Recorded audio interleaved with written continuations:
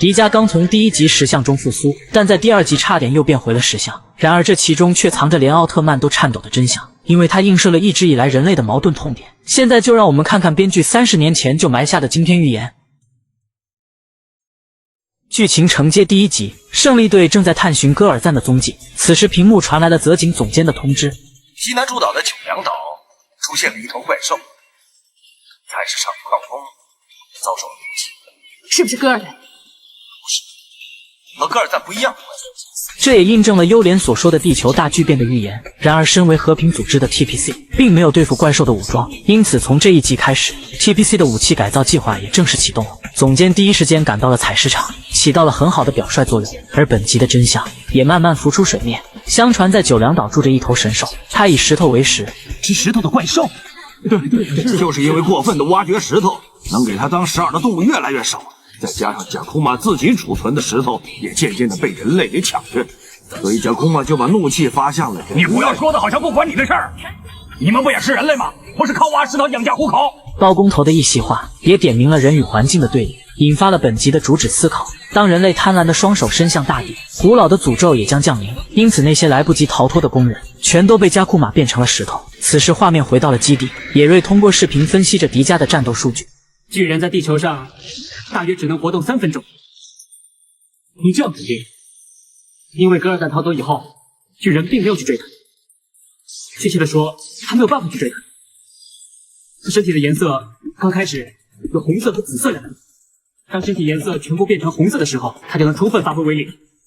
既然这样，一开始就用红色形态作战不就行了？起初我也是这样想的。当他的力量变强的时候，速度就相对的减弱。反之于能够使敌人产生极大损伤是红色形态，而像维尔巴那样灵活的怪兽，就用紫色形态来对抗。大古对于分析感到惊讶，说明他对变身后自身能力的不解。这也印证了在第1集中，大古是纯挂机状态，完全依靠迪迦的残留意识进行着战斗。而且因为大古的超古代基因，只有他能听懂时光机器未修复的影像。想让巨人复苏的方法只有一个，那就是大古变成光。你看，只要一到关键的地方就听不清楚了。此时大古也觉得不可思议，但当大古复述原话时，就是大古变成光。泰国咖喱，这里是日语中的谐音梗，换作国语的话，大骨熬成汤比较合适。在野瑞出去后，大骨的身世也终于被优莲揭晓。为什么只有我可以听到你的声音？因为你是迪迦。不是，我就是我，我不是什么迪迦奥特曼。在你的 DNA 里面，隐藏着伟大古代英雄战士的基因。那是什么东西？因为你拥有一个神光棒，这就可以证明你的确是一名迪迦奥特曼。谁要这东西？对于自己就是迪迦的事实，此时的大古并不认同，就像一个普通人突然被冠上拯救世界和平的使命，换做谁都有点难以接受。奥特曼是不会干涉人类的选择，这是因为他们都是光，但是你不一样，因为你既是光，你是人类。咖喱饭来了。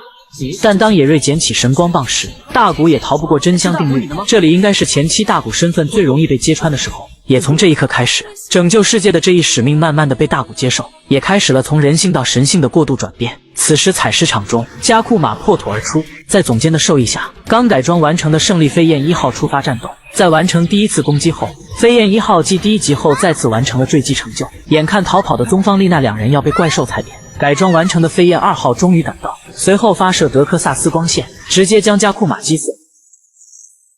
原以为已经解除了危机，不过才一下很不过瘾呐，我真想再一次跟怪兽交手。万万没想到大地再次颤抖了起来，另外一头2个触角的加库马破土而出，于是大古拿出神光棒化身迪迦。此时的迪迦已经是大古在战斗，可由于战斗的不熟练，导致被加库马吊打，腿部甚至被加库马石化，计时器也亮起了红灯。就在全身变成石像之时，大古立刻转换成强壮型破开了石化，于是在力量碾压下，迪迦直接一个手刀劈断了加库马的2个触角，开启了断脚狂魔之路，随后打出迪拉修姆光流，将加库马击败。回到基地之后，大古提议巨人的名字为迪迦奥特曼，叫他迪迦奥特曼。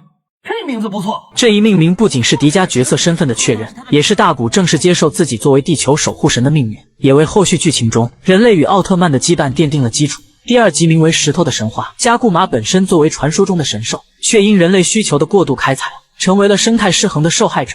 这种设定也反映了作品对环保议题的隐喻，警示人类对自然的过度掠夺可能招致灾难。然而更可怕的是，九良岛的悲剧正在现实重演。全球每分钟消失的森林相当于28个足球场，每年超600亿吨矿石被开采。我们比剧中的 TPC 更清楚后果，却停不下掠夺的手。这种集体无意识的疯狂，才是真正的石化诅咒。此刻你的手机屏幕就像迪迦的计时器，每一次双击都是向地球输送能量，让大数据把这条视频推给更多大国。也许我们真能找到既不石化自然，也不困住人类的第3种解法。我是小天，我们第3集再见。